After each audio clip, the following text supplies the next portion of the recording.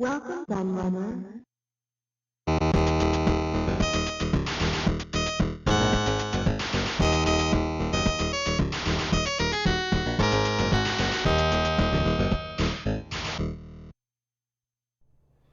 Hello everybody, Kieran aka the Laird here, and I'm back with a new hardware review for you.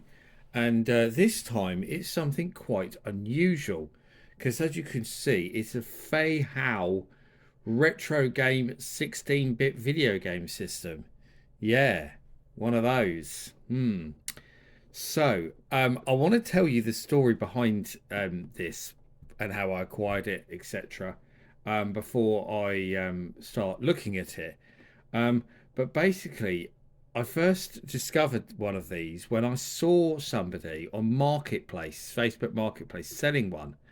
And I thought, what the hell is that? But I was intrigued by it because obviously, clearly, it looks like a Mega Drive 2.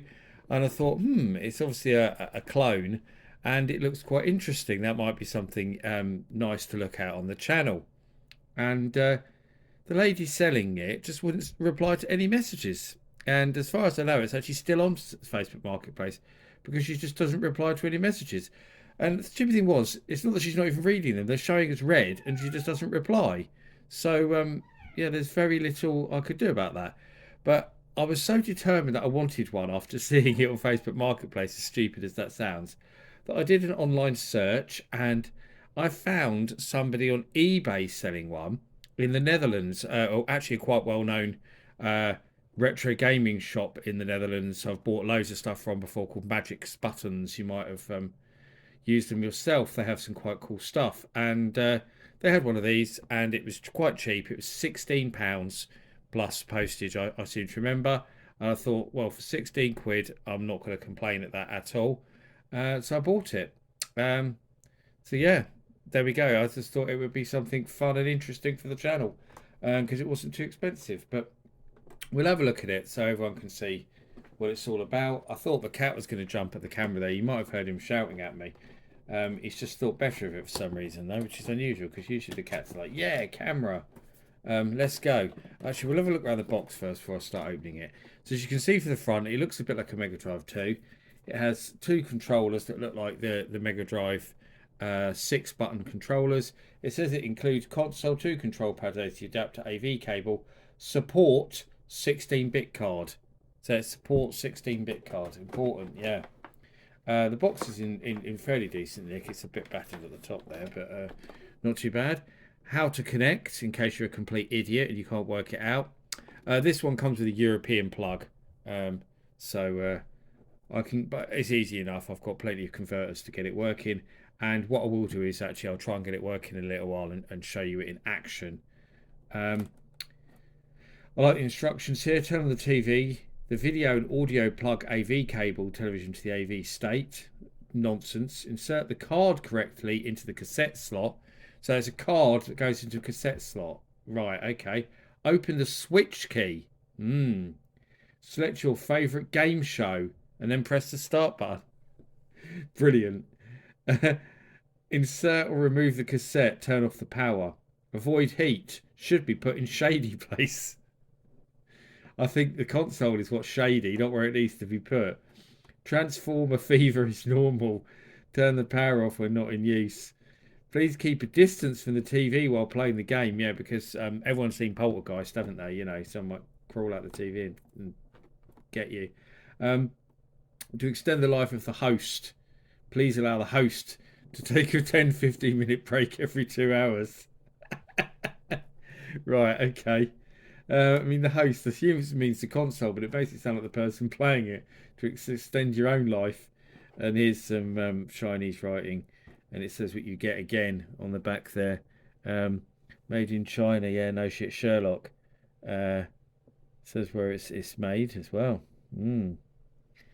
But so let's look inside now, shall we? I don't usually unbox stuff, but this is too good to not do unboxing. It's quite a small box as well, and I'll show you just how small in a minute because the camera doesn't always do that justice. I don't think about how small something is. So this is what we've got in the box. Okay, so we have the console itself, which is literally the lightest thing I've ever picked up. There must be literally nothing inside this. Video game system models ZDO1. Please, no, it says do using as specialized power. Please turn off the power before plugging the carriages. Brilliant. So that's what I love about stuff like this. The English is just absolutely unbelievable. I assume that's supposed to be some sort of guarantee card. It says QC pass. Yeah. So we've got two of these controllers. One's still in a plastic bag, but the other one isn't. And they're really rubbish. I don't know how you can, if you can see how loose and wobbly that thing is. Just absolutely horrendous, that joypad. The cheapest buttons ever, but that joypad is just something else. That is really, really awful. And then standard AV cable. There's a plug. Yeah, there doesn't actually. So what's the power cable then? Is it like USB? Oh, it is. So it's just a USB cable. So this is obviously something quite modern. I wasn't sure how old it was or when it was made, but it's obviously quite a recent thing. It comes with USB-B cable. Yeah, micro USB-B on that side and then USB standard on that end. That's going to make it even easier to get going, actually, so it means I don't have to use the stupid plug. For some reason, I could have sworn there was a power adapter in here. I must be getting mixed up with something else. But there we go. You will notice the joypads do use the standard Atari D plugs, like normal Mega Drive controllers. So I assume you probably can just use normal Mega Drive controllers with it. I can't see why not. So the console itself as well says it's 16-bit cartridge input, and that says high-grade multi-purpose use. Really. I have got here a cartridge, so we can put a cartridge in it. So you see that fits fine, although it's very, very loose, as you can see. So if you knocked that by mistake, I'd imagine you'd reset your game, or just knock it out completely. So yeah. Oh, now I can't get the flipping thing out. On the back, if you actually look, the QC pass label there has actually got a slit through, which makes it look like it's been opened. Okay. It says that DC in, has our audio sockets, OJ and NP. I'm not sure what OJ and NP are for. NTSC and PAL maybe? I don't know what OJ would be though. I'm not sure. Not sure at all, because there's no instruction manual. I don't remember seeing anything about that on the back. So what I want to just do as well is show you this. So what I've done is I've grabbed an actual Mega Drive 2 so you can see the size difference, because it is really, really tiny. So there's our Mega Drive 2. I mean, the Mega Drive 2 is pretty much the same size as the box this comes in. And there is our Fei Hao. So it's absolutely tiny. It's about half the size probably. Maybe slightly off that, but almost half the size. But that button feels terrible. But that's it to show you about the actual console itself. So what we'll do in a moment is I'll try and get this going on a TV, and you can see it in action. Yeah. Okay, so I've hooked up the Fei Hao. So let's see if it actually works. Oh,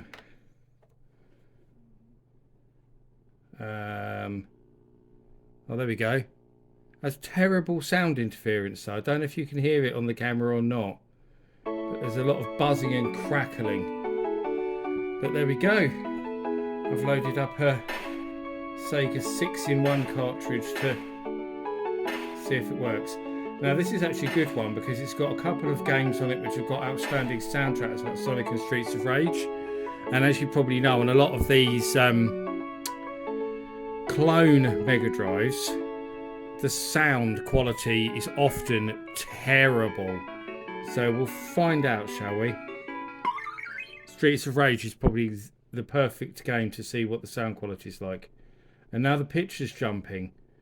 I wonder if I have to fiddle with those switches on the back to fix that. There's nothing showing on the screen now.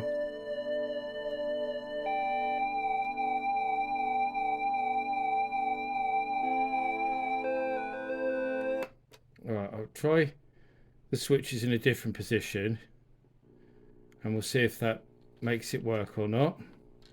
But I think you already heard that the sound quality was terrible. Let's see if the picture jumps this time. No, it hasn't. So that's maybe what I needed to do then. Oh, there we go.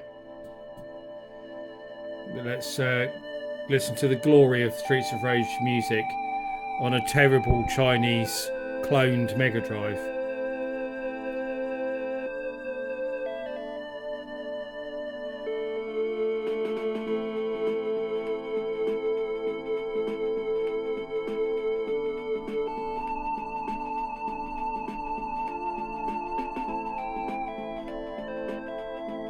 Well, it's not completely awful, it's slightly out, but I've heard worse. The at-games Mega Drives are far worse.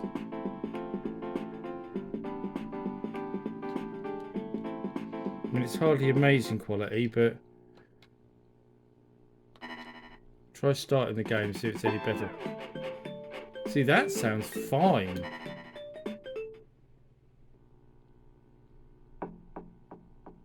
That's what it's like when we start.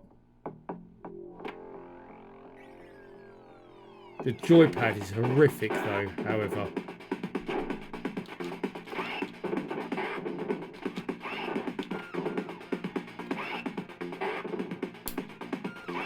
It actually feels like it's going to snap, and you have to press it really hard for it to do anything.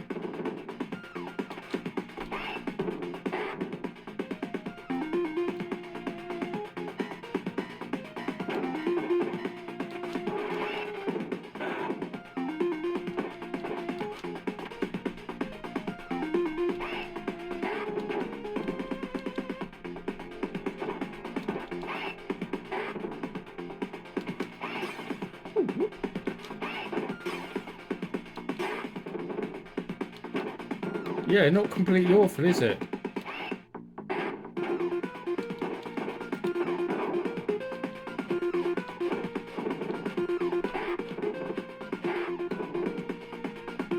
That bit doesn't sound quite so good.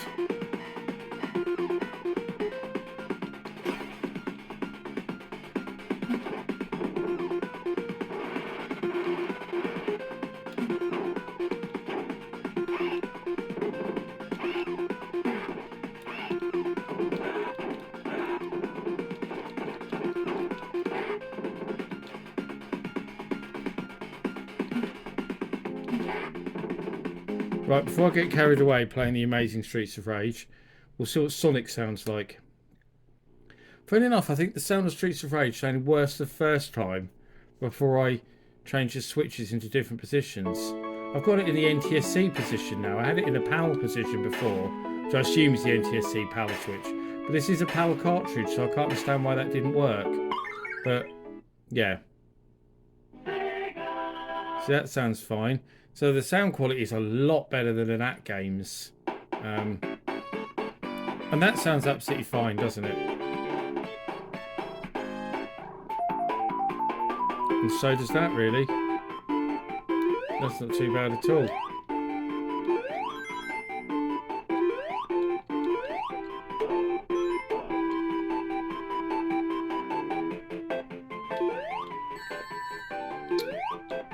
Joypad is junk though.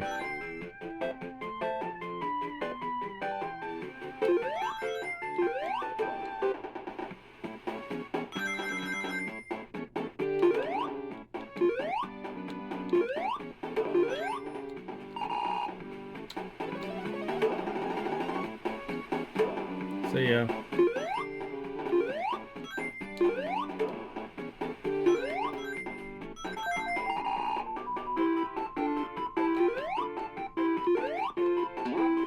Pressing to the side is just like really difficult.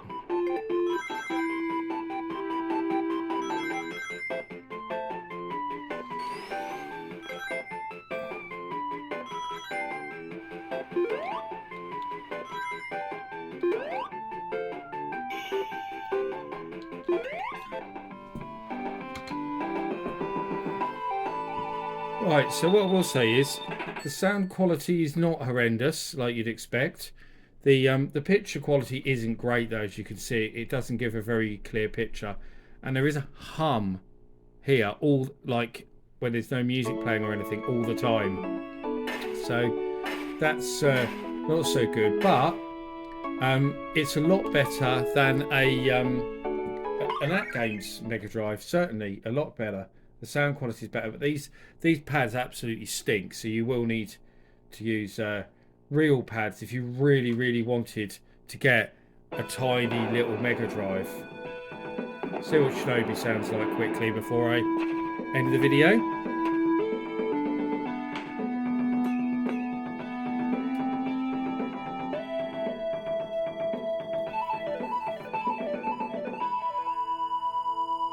See, that's pretty accurate as well. It's not perfect, but it's not completely off, is it?